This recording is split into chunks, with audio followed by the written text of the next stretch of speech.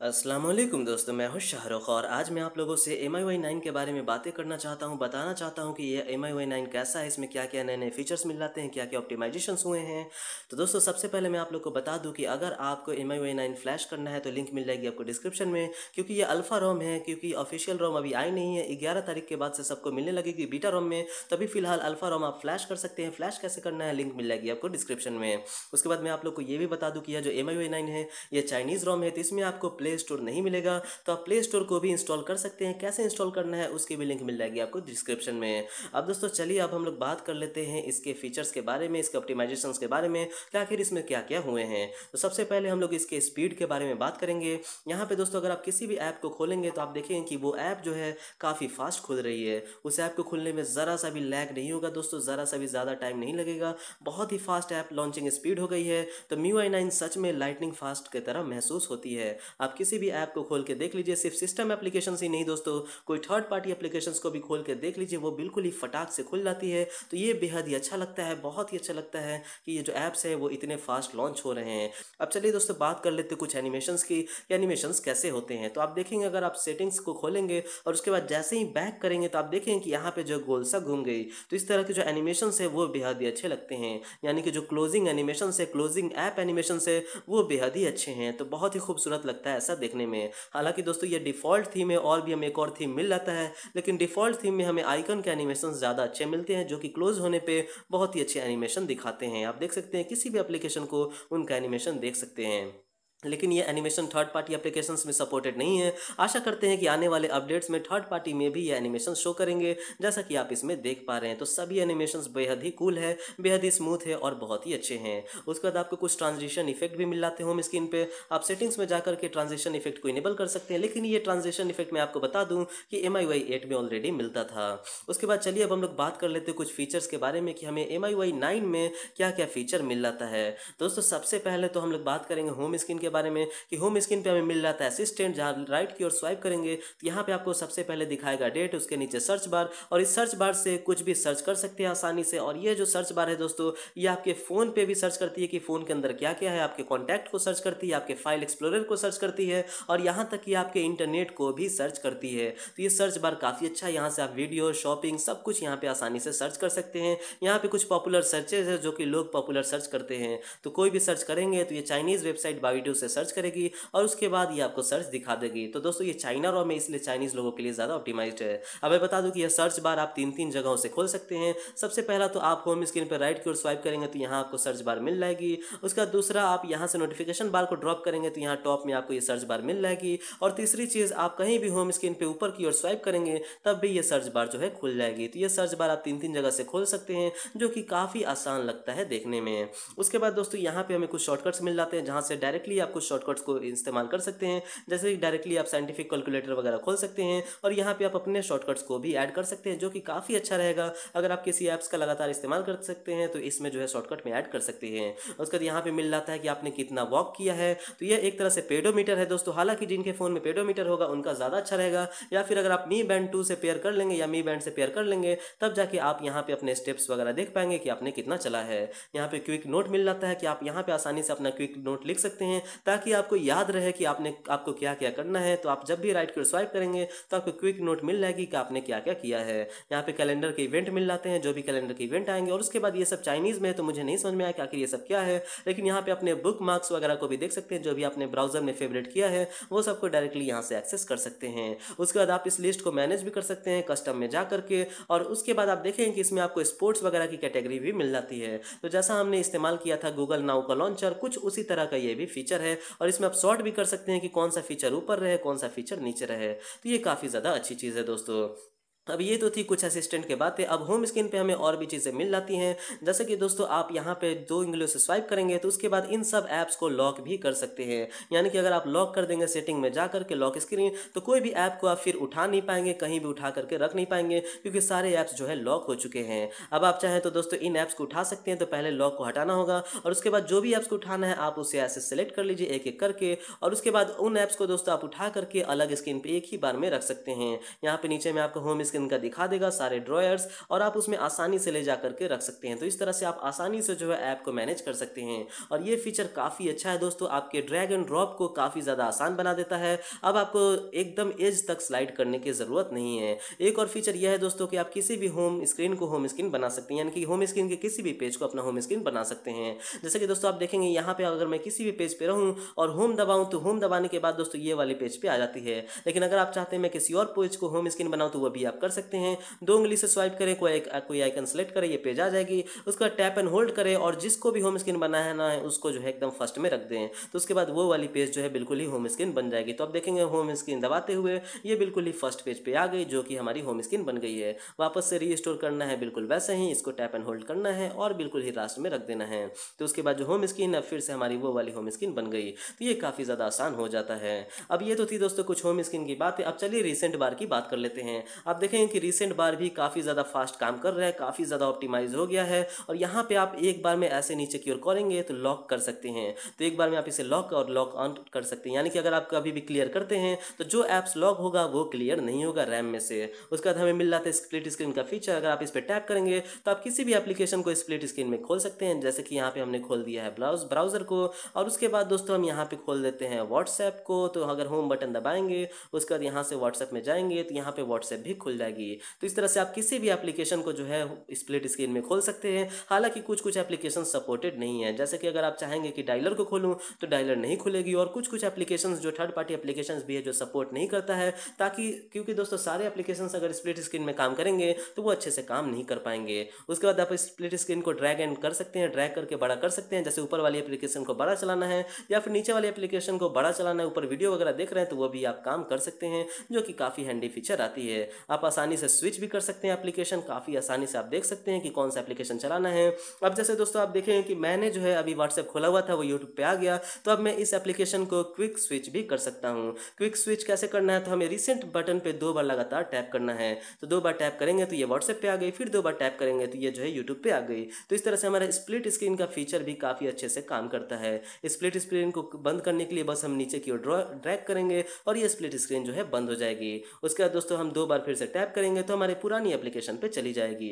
तो ये काफ़ी अच्छा फीचर है दोस्तों, जो कि क्विक स्विच का फीचर है। उसका दोस्तों और भी हमें कुछ फीचर्स मिल जाते हैं स्प्लिट स्क्रीन के अलावा, जैसे कि आप इसमें डिक्शनरी का इस्तेमाल कर सकते हैं। जी हाँ दोस्तों, डिक्शनरी का इस्तेमाल। तो डिक्शनरी का इस्तेमाल कैसे करना है, तो आपको मान लीजिए कोई भी नोट्स है या फिर कुछ भी लिखे हुए हैं, आप उसे खोलेंगे और उसके बाद आप उस टेक्स्ट को सेलेक्ट कर लेंगे। तो जो भी टेक्स्ट को ऐसे सेलेक्ट कर लेंगे और उसके बाद यहाँ पे हमें मिलती है एक डिक्शनरी, आप इस पर टैप करेंगे तो तुरंत यहीं पे आपको उसका मीनिंग बता देगी कि आखिर इसका मीनिंग क्या है। हालांकि दोस्तों ये डिक्शनरी अभी चाइनीज़ में उपलब्ध है, ग्लोबल रोम में उपलब्ध होगा या नहीं होगा पता नहीं, लेकिन जो भी है दोस्तों काफ़ी अच्छा है। और अगर ग्लोबल में आता है तो ये काफ़ी ज़्यादा अच्छा रहेगा दोस्तों। तो यहाँ पे आप देख सकते हैं किसी भी वर्ड का आप डिक्शनरी पा सकते हैं। उसी तरह से दोस्तों आप किसी भी वर्ड को अगर सेलेक्ट करेंगे तो अभी उतना ज़्यादा ऑप्टिमाइज नहीं है, ट्रांसलेशन उतना ज़्यादा ऑप्टिमाइज नहीं है। जैसे कि मान लीजिए मैं ये 3 चीज़ों को सेलेक्ट कर लूँ और तब इस पर टैप करूँ, तब उतना ज़्यादा ऑप्टिमाइज नहीं है। लेकिन अगर ये भी आ जाए तो बहुत ही अच्छा रहेगा, ताकि हम लोग पूरे के पूरे टेक्स्ट को जो है आसानी से ट्रांसलेट कर पाएँ।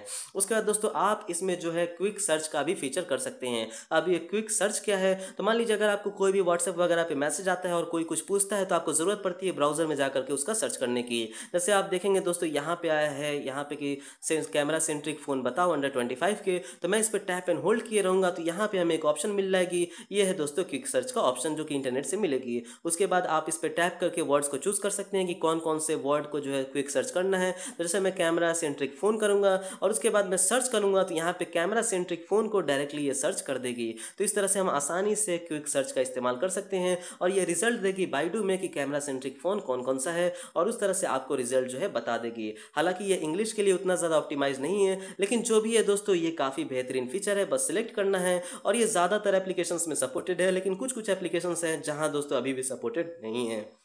तो ये काफ़ी अच्छे से काम करती है। तो ये क्विक सर्च में ऑप्शन में भी आप चूज़ कर सकते हैं कि आपको वीडियोस देखने हैं, फोटोज़ देखने हैं कि क्या, तो ये सब भी आप चूज़ कर सकते हैं, जो कि चाइनीज़ में ज़्यादा है दोस्तों। फिर से बता दूं ग्लोबल रोम के लिए उतना अच्छा नहीं है। तो ये भी फीचर बहुत ही अच्छी है। उसके बाद आपको सिक्योरिटी में कुछ ऑप्शंस मिल जाते हैं जो कि ऑप्टिमाइज्ड हुए हैं। जैसे कि सिक्योरिटी में आप मैनेज ऐप्स में जाएंगे तो आप देखेंगे कि अब यहाँ पे जो है आपको 4 तरह के ऑप्शन मिल जाते हैं। जैसे कि अपडेट्स, जो कि आप सारे एप्लीकेशंस के अपडेट्स चेक कर सकते हैं। उसके बाद हमें मिल जाता है ऐप लॉक का बटन, यहाँ पे आप किसी भी एप्लीकेशन को लॉक कर सकते हैं। ड्यूल ऐप्स का बटन कोई भी एप्लीकेशन को 2 ठो बना सकते हैं। परमिशन मिल जाता है कि आप किसी को भी परमिशन दे सकते हैं। ऑटो स्टार्ट, परमिशंस और इंस्टॉल वाया यूएसबी, ये सब चीज़ें मिल जाती है जो कि पहले भी उपलब्ध थी। लेकिन दोस्तों सबसे अच्छी बात यह है कि आप मैनेज ऐप्स में देख सकते हैं कि कौन कौन से ऐप्स आपका बैटरी खा रहा है, कौन कौन सा ऐप आपका कितना स्टोरेज ले रहा है और कौन कौन सा ऐप कब आपने यूज़ किया था, तो सारा इन्फॉर्मेशन आप इसमें देख सकते हैं।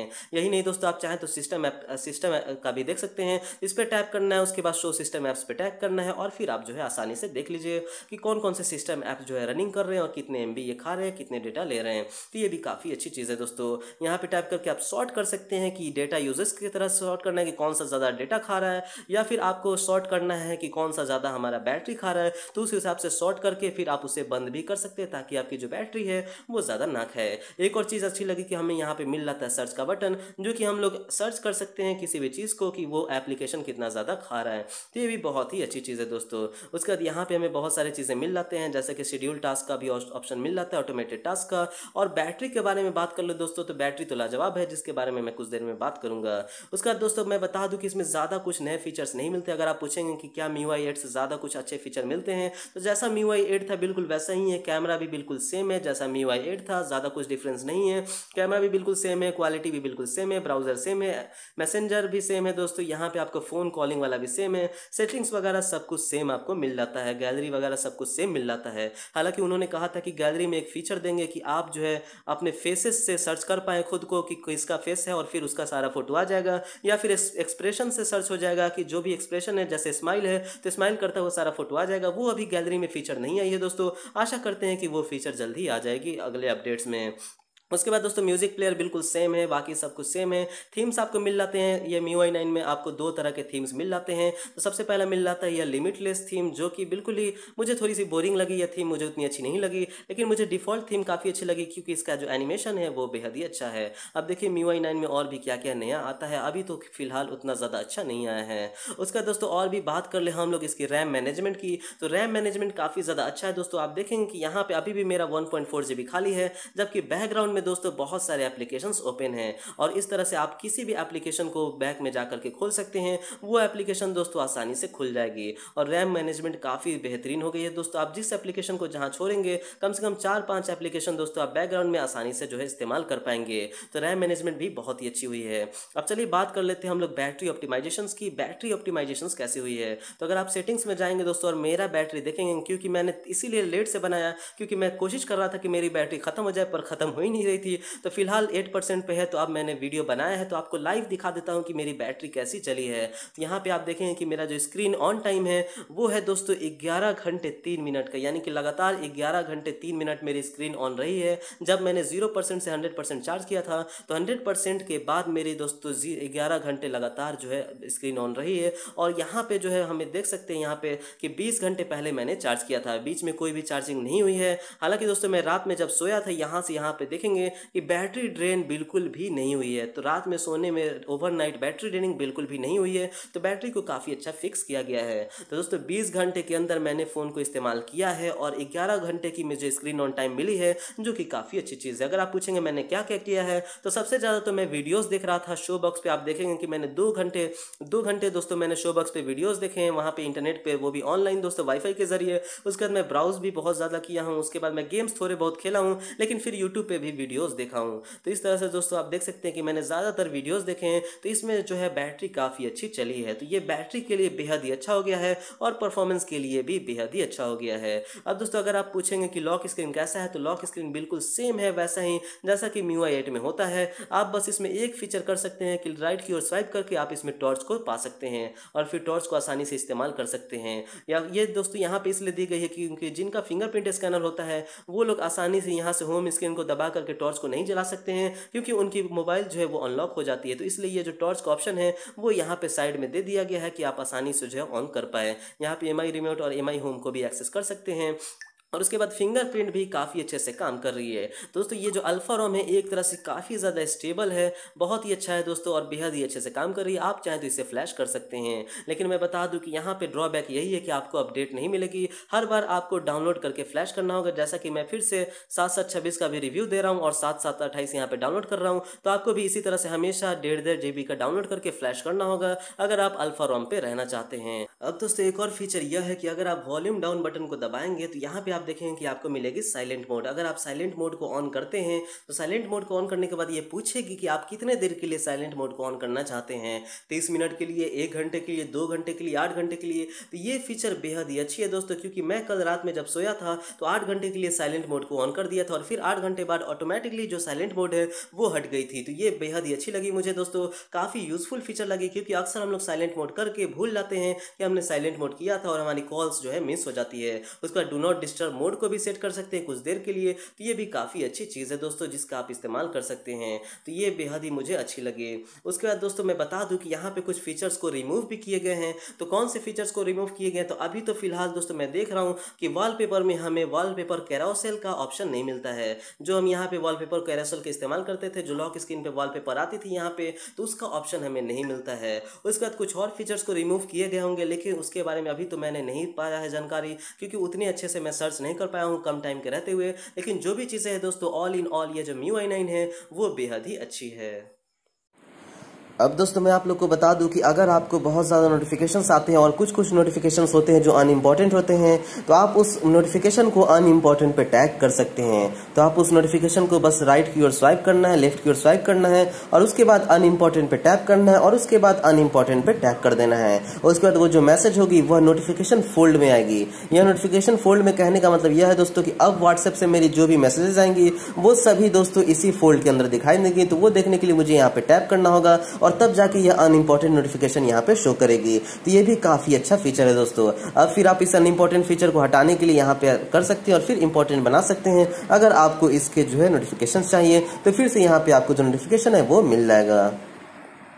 अब दोस्तों साइलेंट मोड में बहुत सारे ऑप्शंस मिल जाते हैं। अगर आप जाएंगे सेटिंग्स में, उसके बाद जाएंगे साउंड एंड वाइब्रेशन में और फिर आप जाएंगे साइलेंट मोड में, तो यहाँ से आप साइलेंट मोड को ऑन ऑफ तो कर सकते हैं, लेकिन यहाँ पे मिलती है हमें वीआईपी लिस्ट। वीआईपी लिस्ट क्या है? तो अगर आप चाहते हैं कि मेरे साइलेंट मोड में भी कुछ कॉन्टैक्ट से कॉल आए तो आप उन्हें वीआईपी लिस्ट के फेवरेट में ऐड कर सकते हैं और फेवरेट्स में जो भी आपके कॉन्टैक्ट्स होंगे वो सबसे कॉल आएंगे, साइलेंट मोड में भी रिंग बजेंगे, साइलेंट मोड में भी। तो ये काफी अच्छी चीज है दोस्तों। उसके बाद मिलता है टाइमिंग म्यूटेड। यह क्या है? तो आप शेड्यूल कर सकते हैं अपने साइलेंट मोड को कि कब से कब तक ऑटोमेटिकली जो है वो शेड्यूल हो जाए, कब से कब तक ऑटोमेटिकली जो है वो साइलेंट हो जाए। यानी कि यहाँ पे आपने रख दिया कि शेड्यूल का कुछ नाम दे दिया, उसके बाद आपने लिख दिया कि इस दिन को जो है इतने बजे से इतने बजे तक ये साइलेंट हो जाए, तो यह जो है उस दिन को इतने बजे से इतने बजे तक साइलेंट हो जाएगी। या फिर आप डीएनडी कर सकते हैं, डू नॉट डिस्टर्ब मोड पे। तो ये भी काफी अच्छी चीज है दोस्तों। और आप इसमें अलग अलग रूल्स को अप्लाई कर लगा सकते हैं और अलग अलग रूल्स को अप्लाई कर सकते हैं, कस्टमाइज कर सकते हैं, जो कि बेहद ही अच्छी चीज है दोस्तों। तो इससे आप बार बार आपको साइलेंट करने की जरूरत नहीं है। आप एक रूल सेट कर दीजिए और आपका फोन जो ऑटोमेटिकली साइलेंट हो जाएगा।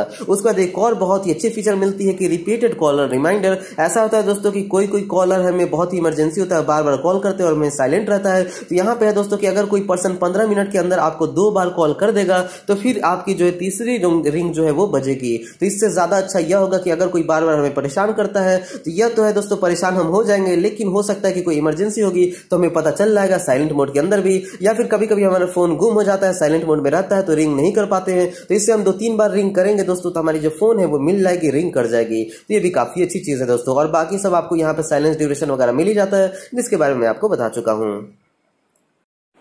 अब दोस्तों बहुत सारे लोग पहले MIUI 8 में सवाल पूछते थे कि दोनों सिम में अलग अलग रिंगटोन कैसे सेट करूं। अब आप वो भी कर सकते हैं। आप फोन रिंगटोन में जाएंगे और फिर यहाँ पे सिंगल सिम सेटिंग पे टैप करेंगे तो इसके बाद आप दोनों सिम में अलग अलग रिंगटोन्स को जो है ऐड कर सकते हैं। तो ये भी काफी अच्छी चीज है दोस्तों। और यही नहीं, आप चाहे तो SMS के टोन को भी दोनों सिम के लिए अलग अलग सेट कर सकते हैं। तो ये बेहद ही अच्छी फीचर है दोस्तों। अब जिन्हें भी रिंगटोन से प्रॉब्लम होती थी उनको अब ये प्रॉब्लम नहीं होगी। दोस्तों जैसा कि मैंने बताया कि मैं 7.6.28 भी डाउनलोड कर रहा हूं और मैंने 7.6.28 को डाउनलोड करके फ्लैश कर दिया है। और उसके बाद मुझे एक फीचर मिली और वो फीचर मिली या MIUI लैब के अंदर कि आपको जो है फाइंड फोटोज इन गैलरी। तो जो मैं फोटोज फाइंड की गैलरी में बात कर रहा था, हो सकता है कि वह फीचर जो है आ गई है। तो उसे मैंने यहाँ पे बीटा टेस्टिंग के लिए अप्लाई कर दिया है और उसके बाद मैं अप्रूव हो गया हूँ। अब लिख रहा है wait a while before you start. तो हो सकता है दोस्तों कि अब जो है कुछ देर के बाद अप्लाई करने के बाद वो फाइंड फोटोज इन गैलरी का ऑप्शन जो है हमें गैलरी में मिल रहा है। और उसके बाद हो सकता है कि मैं गैलरी में सर्च कर पाऊं स्माइल के जरिए, फोटोज को फेसेस के जरिए, और दोस्तों मैं सर्च कर पाऊं सभी फोटोज को एक्सप्रेशंस के जरिए। तो देखिए क्या होता है। दोस्तों अगर आप पूछेंगे कि MIUI लैब के अंदर यह ट्रिगर ऐप्स क्या है, दोस्तों यह बिल्कुल सेम फीचर है जो कि मैं पहले बता चुका हूं। अगर यह MIUI लैब को आप ऑन रखते हैं और अगर आप व्हाट्सएप में कोई भी चीज़ को देखेंगे, जैसे इस टेक्स्ट को सिलेक्ट करेंगे तो नीचे में जो है ऑप्शन आ जाएगी जिससे आप कुछ भी सर्च कर सकते हैं। लेकिन अभी आप देख रहे हैं नहीं आ रहा है, इसलिए नहीं आ रहा है क्योंकि MIUI लैब जो है वो एक एक्सपेरिमेंटल फीचर है जो कि कभी काम करती है कभी नहीं करती है। अभी मैं इसे ऑफ कर दूंगा, उसके बाद फिर मैं इसे सेलेक्ट करूंगा तो देखेंगे फिर भी नहीं आएगी। लेकिन अब मैं दोबारा जाकर के ऑन करूंगा और अब मैं उसे सेलेक्ट करूंगा दोस्तों तो आप देखेंगे कि वो आ जाएगी। क्योंकि दोस्तों यह जो एक्सपेरिमेंटल फीचर है और इसमें बहुत सारे जो है बग्स हो सकते हैं, तो इसलिए एक्सपेरिमेंटल फीचर MIUI लैब के अंदर रखा गया है। तो ये चीज है दोस्तों MIUI lab enable tab plus. अब ये दो सेटिंग्स क्या करते हैं, always sharing the result, open the result directly in full screen, ये दोनों क्या करते हैं दोस्तों ये तो मुझे नहीं पता, पर जो भी है बेहद ही अच्छी है। अब दोस्तों मैं बता दूं कि मुझे 3 ऑप्शंस चाहिए थे जो कि बेहद ही इंपॉर्टेंट थे यह MIUI 9 में, लेकिन वो तीनों ऑप्शंस नहीं मिले हैं। जैसे कि सबसे पहले नहीं मिला है क्विक रिप्लाई का ऑप्शन, कि यहाँ पे हम लोग नोटिफिकेशन बार से ही किसी को रिप्लाई कर सके आसानी से, वो ऑप्शन नहीं मिला है। दूसरा जो ऑप्शन है दोस्तों वो हमें 3D टच का ऑप्शन नहीं मिला है, जो कि मुझे बेहद ही ज़रूरत थी। मुझे देखना था कि MIUI 9 पे 3D टच कैसे आता है, लेकिन अभी तो फिलहाल नहीं मिला है। और जो तीसरी ऑप्शन है दोस्तों वो यह है कि हमें ऐप टू एसडी का ऑप्शन नहीं मिला है, यानी कि हम लोग एप्लीकेशंस को एसडी कार्ड में मूव नहीं कर सकते हैं। तो ये सब जो चीज़ें हैं दोस्तों नहीं मिला है हमें MIUI 9 में। बाकी दोस्तों यूजुअल चीज़ें मिल जाती हैं, जैसे कि आपको स्क्रीन रिकॉर्डर मिल जाता है जो कि MIUI 8 में ऑलरेडी आ गई थी। उसके बाद आपको ये असिस्टेंट चाइनीज़ लोगों के लिए मिल जाता है, यानी कि अगर आप इस पर टैप करेंगे तो आप ये असिस्टेंट खोलेंगे और आप इससे बातें कर सकते हैं, लेकिन चाइनीज़ में कर सकते हैं। शाई शाई दोस्तों देख सकते हैं ये रिस्पॉन्ड भी करेगा चाइनीज़ में, तो इसके ऊपर मैं ज़्यादा बातें नहीं करूंगा क्योंकि मुझे इसके बारे में पता नहीं है। लेकिन फिर आपको और भी ज़्यादा फीचर्स, सारे MIUI 8 के फीचर्स लगभग मिल जाते हैं, बेहद ही फास्ट हो जाता है। तो ये सब चीज़ें हैं दोस्तों जो कि काफ़ी अच्छी बनाती है इसको। दोस्तों ये सब थी कुछ फीचर्स MIUI 9 के अल्फ़ा रोम की, चाइना रोम की, जो कि बहुत ही अच्छी फीचर्स है, बेहद ही ज़बरदस्त फीचर्स है जिनका आप आसानी से इस्तेमाल कर सकते हैं। बहुत ही फास्ट हो गई है, लेकिन ग्लोबल रोम में कौन कौन से फीचर्स आएंगे इनके बारे में हमें पता नहीं है। तो दोस्तों मैं हूं शाहरुख और मुझे आज आप लोग को बताना था MIUI 9 के फुल रिव्यू देना था। तो अगर आपको हमारी ये वीडियो पसंद आई तो हमारे चैनल को सब्सक्राइब कीजिए और हमारे वीडियोस पे लाइक एंड कमेंट कीजिए। Thank you.